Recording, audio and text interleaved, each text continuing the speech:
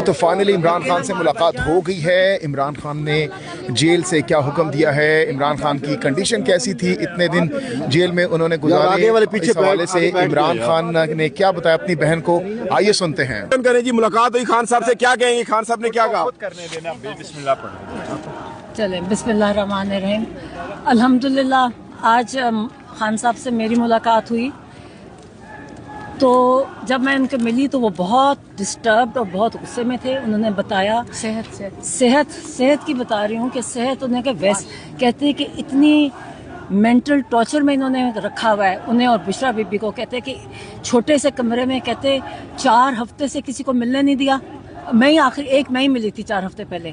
اور کہتے یہ جو فزیکل ٹارچر ہے، یہ جو مینٹل ٹارچر ہے، یہ فزیکل ٹارچر سے بھی زیادہ برا ہے۔ اور میں جب ان کو بتایا کہ میں نے ان کو بتایا سارا کہ نورین نیازی کے ساتھ انہوں نے پولیس والوں نے کیا کیا تو بہت ڈسٹرب ہو گئے۔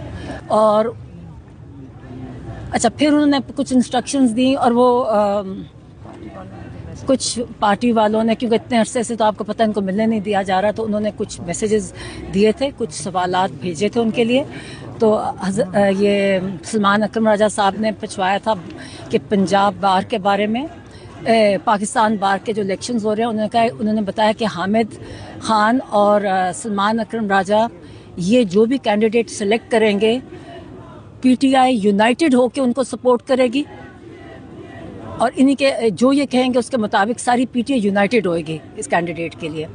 پھر انہوں نے علامہ ناصر اور محمود خان اچکزئی کے بارے میں بتایا، وہ بڑے ڈسٹرب تھے۔ انہوں کہتے ہیں کہ میں ان دونوں کی بہت عزت کرتا ہوں، اور وہ ان کو ابھی تک انہوں نے اپنے پارٹی کے اہلکاروں کو انسٹرکشنز دی ہیں کہ آپ سارے انشور کریں کہ اپوزیشن نیشنل اسمبلی کے یہ جو اسپیکر ہے اور جو سینٹ کا چیئرمین ہے ان کے ساتھ آپ پروٹیسٹ کریں، آپ انشور کریں کہ ان کی نوٹیفیکیشن جاری ہو۔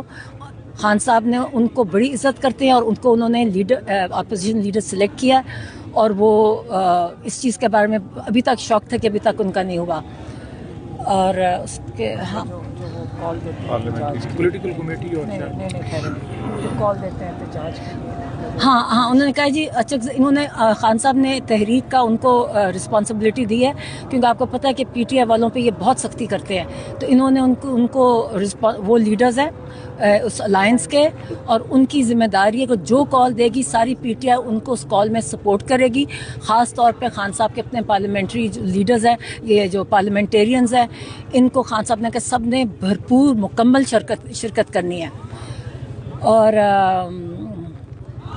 کیا کہا تھا میں نے؟ ہاں نہیں اور پارلیمنٹری، ہاں ان کو پارلیمنٹری لیڈر ابھی تک سلیکٹ نہیں، اس کی جگہ خالی ہے۔ انہوں نے شاہد خٹک کو کہا کہ اس کو پارلیمنٹری لیڈر بنا دیں اپوزیشن کا، اور اتنا کچھ بتایا تھا۔ ہاں سہیل افریدی کے بارے میں انہوں نے کہا جی وہ بہت خوش تھے، انہوں نے کہا جی میں اس کو بالکل سپورٹ کرتا ہوں۔